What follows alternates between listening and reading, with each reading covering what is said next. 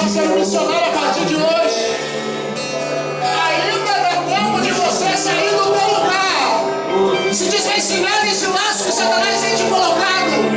Ainda dá tempo. Ainda dá tempo. Venha, não espere. Você não sabe o que vai ser da sua vida quando você sair dessa igreja hoje. Aleluia!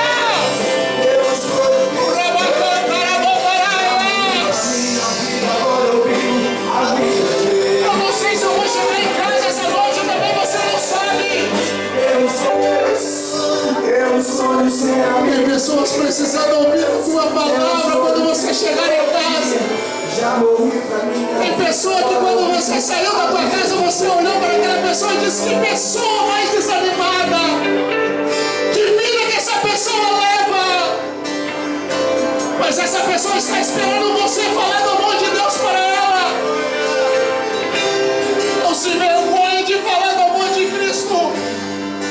Não se vergonhe de falar do amor de Cristo. Seja um missionário a partir de hoje.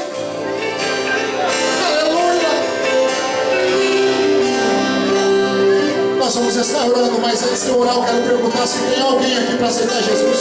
Eu não posso deixar de fazer esse convite, eu não posso. Jesus morreu para me salvar, mas também morreu para salvar você. Jesus quer me levar para o céu, mas também deixou um lugarzinho preparado para você. Tem alguém em nosso meio que está afastado dos caminhos do Senhor e essa noite deseja voltar?